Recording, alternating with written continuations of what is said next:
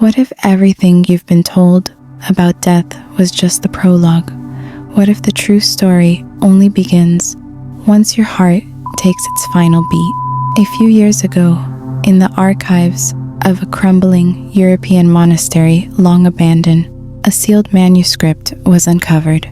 No title, no author. Its pages were worn, the ink faded, but the symbols, they were unmistakable.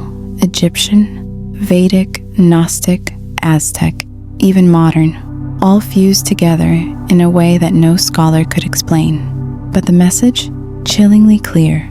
A day-by-day account, 31 days, describing exactly what happens to the soul after death. Not metaphor, not myth, a map. This isn't a religious text. It's a manual for something we were never supposed to understand. Let's begin. Day 1, the thread breaks. They call it the moment of release. 1 second, your body is still. The next, you are standing beside it. You feel light, weightless, but confused. You try to touch your own face, but your hand moves through it.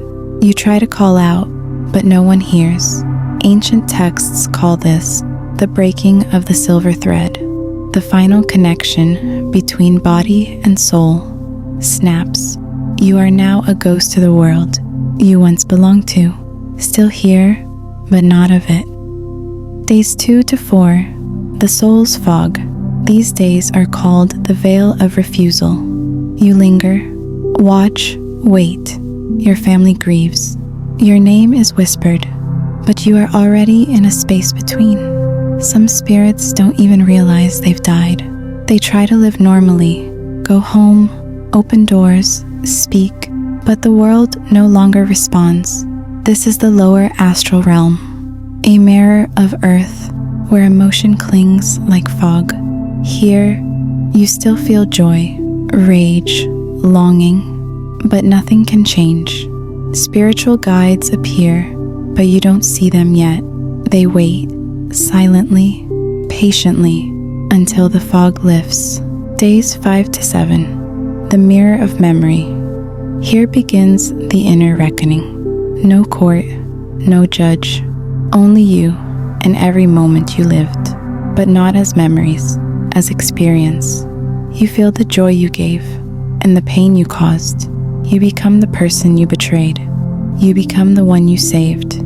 Every action echoes back through you. This is not punishment, it is clarity, and for many, it is overwhelming. Some souls turn inward, consumed by guilt. Others surrender and begin to understand. This is the soul's judgment, and it comes only from within. Days 8 to 10, the shadow path. This stage is known as crossing the threshold.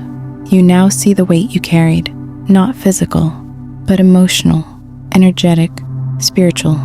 Every lie, every fear, every wound left unhealed, they manifest. They surround you. Some see them as shadows, others as voices, illusions, distorted faces from the past. This is not hell, this is you, meeting every part of yourself you refuse to face. No one can walk this path for you. Even your guides must stand aside. But if you walk through it, if you endure the pain without resistance, you come out changed. Days 11 to 13, the ancestral return. At the far side of the threshold, something shifts. You begin to see them, not just your loved ones who died before you, but ancient presences, familiar frequencies, the ancestors. They greet you not with judgment, but remembrance. You are one of them, and always were. In this space, bonds that were broken are repaired. Old wounds across lifetimes are finally understood. You might meet a parent you never knew, or a child you lost, or a version of yourself you once were. Here, healing occurs not with words, but with presence. This is where many souls begin to truly awaken. Days 14 to 16. The choice now you must choose, not with words, but with vibration. Your soul is drawn, like iron to a magnet, toward one of three paths. 1. Ascension to higher planes, where healing and service await. 2. Rebirth into a new life, unfinished lessons still calling. 3. Attachment, remaining near the earth, trapped by longing or fear. This decision is not imposed, it is earned. You don't go where you want, you go where you are. Your vibration chooses for you. Days 17 to 20. The House of Echoes. This is the plane of memories. The soul, before it moves on, revisits what it left behind. You walk through your childhood home, watch your partner sleep, see the friends who never knew your final thoughts. But this isn't nostalgia, it's detachment. You begin to feel that none of it belongs to you anymore. The soul begins to weep, not out of sadness, but because it now understands what truly mattered. Not titles, not possessions, but presence and love. Those who refuse to let go remain here, trapped in emotional loops, trying to change what cannot be changed. Days 21 to 24. The Great Remembering. Now begins the expansion. You are no longer a self. You are something more. In this plane, there are no streets, no people, only light and vibration. You encounter intelligences. Some call them angels, others archetypes, some simply truth. There are no words, only direct knowing. You are not the story you lived. You are not the name you carried. You are not the pain you endured. You are a spark, a frequency. You remember why you came and why you forgot. Now you understand why you suffered and why you loved. The ego dissolves, the soul blooms. Days 25 to 27. The law of resonance.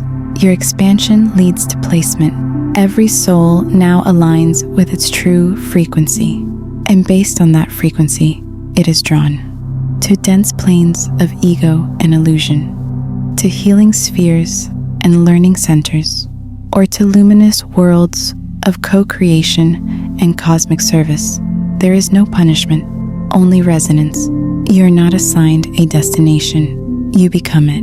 What you cultivated in life, your compassion, your hatred, your awareness, has written your coordinates. Days 28 to 30, the bridge of light. Now, the final space. You're almost gone from this realm, but not yet. This is the last moment when the living can help. Candles, prayers, names spoken aloud. They all reach you now, even if your loved ones never knew what to say. Even if no ritual was performed, the intention carries weight. These final days are the window of grace. The book warns, this is when souls either fall back into the echo planes or rise completely into their destined realm. What you did in life opens this door. What others do after can push you through. Day 31, the final gate. It is time. The soul now steps through the last veil. The echo of earth fades.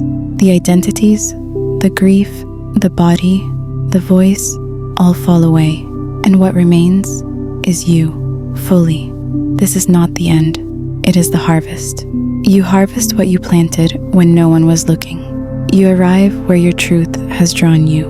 And then silence, stillness, light, or another beginning. Final words. And we spend our lives fearing death, avoiding it, pretending it doesn't come for us all.